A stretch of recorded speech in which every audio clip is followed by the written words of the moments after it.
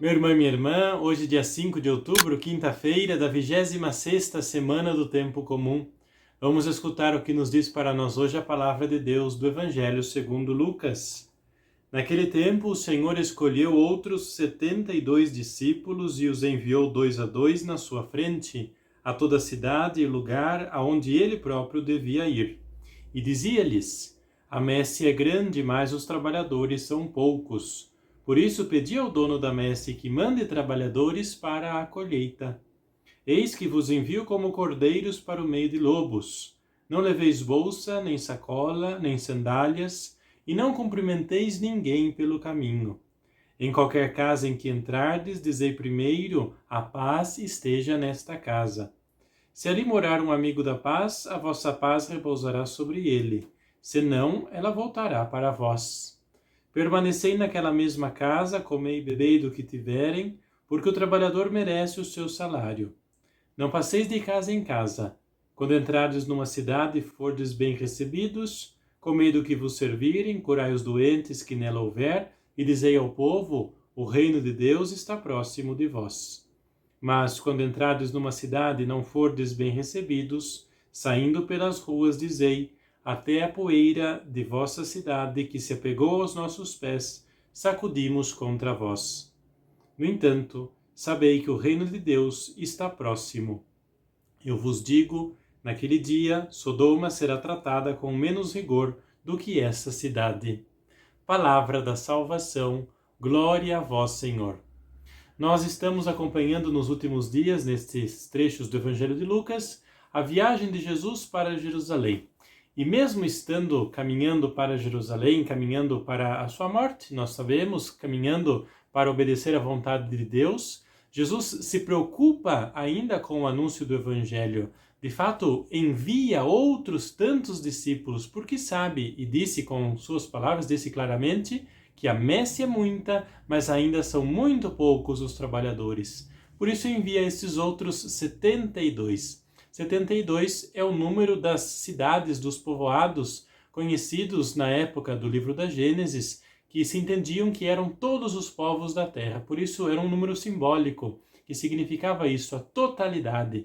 Jesus quer enviar a todos para anunciar o reino de Deus, anunciar a boa nova da salvação, que ele mesmo veio trazer. Nós vimos que Jesus envia estes 72 e lhes dá precisas recomendações. Sigam esta receita. E quais são essas recomendações?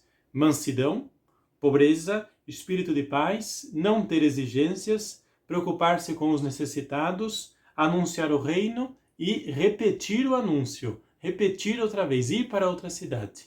Se seguem estas recomendações, se está seguindo o próprio Jesus, porque ele agiu desta maneira. É isso que Jesus quer ao enviar os discípulos, que ajam como ele agiu. Não que façam, que inovem, que façam coisas diferentes. Basta agir como Jesus agiu, e a palavra vai cair em terreno bom e vai dar resultado. Nós escutamos ainda que Jesus trata severamente aquelas cidades que não o recebem, diz que no juízo serão julgadas com mais dureza do que Sodoma e Gomorra. De fato, para os judeus daquele período, a falta de acolhida era um pecado grave, era uma falta muito grave. O que então que esta palavra pode dizer para nós neste dia? A primeira coisa é lembrar que todos nós somos peregrinos nesta terra. Nenhum de nós veio para morar e para viver eternamente sobre o planeta Terra. Nenhum de nós foi criado para a terra. Nós somos criados para o céu, para o reino de Deus. Por isso, aqui nós somos só peregrinos, estamos de passagem. Se a gente se recorda constantemente disso, a gente facinho se torna um anunciador de Jesus, porque não nos preocuparão mais as coisas da terra. Construir bens, construir edifícios, criar um nome, uma fama nesta terra, para quê, se nós somos passageiros? Porém, é preciso ter esta consciência, sempre cotidiana. Eu, aqui nesta terra, sou só peregrino. A minha passagem de vinda foi-me dada, mas também com uma data de retorno, que já está marcada pelo Senhor. Um dia eu vou embora e pronto.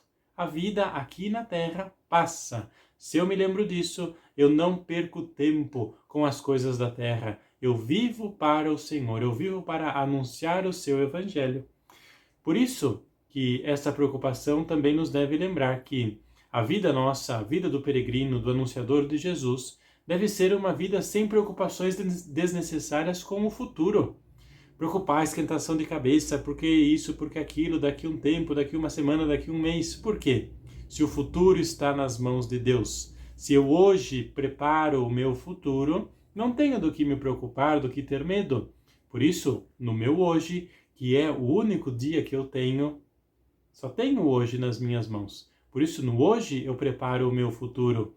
Me arrependo do que já foi e preparo o meu futuro, preparando e entregando nas mãos do Senhor. E por último, nós temos que lembrar que nós só somos instrumentos de Jesus. Como dizia antes, imitar as características de Jesus nos deve fazer pensar isso. Eu sou só um instrumento, eu não sou fundamental, eu não sou necessário, e se eu faltar, não é que, nossa, que falta que fazem o João, o Padre João, nada disso. Eu sou só um instrumento, que amanhã ou depois vou embora. Ter esta consciência de finitude, esta consciência de que eu sou só um instrumento, que sim, talvez se eu não anuncie, se eu não faça a minha parte, algumas pessoas vão ficar sem escutar a palavra de Deus, mas não pensar que eu seja fundamental e que eu seja o centro do universo e das atenções. Que este Evangelho nos ajude a sustentar, que fortaleça em nós a vontade de anunciar o reino de Deus e de ser missionários de Jesus Cristo. Que a bênção do Senhor seja derramada sobre você neste dia, em nome do Pai, e do Filho, e do Espírito Santo. Amém.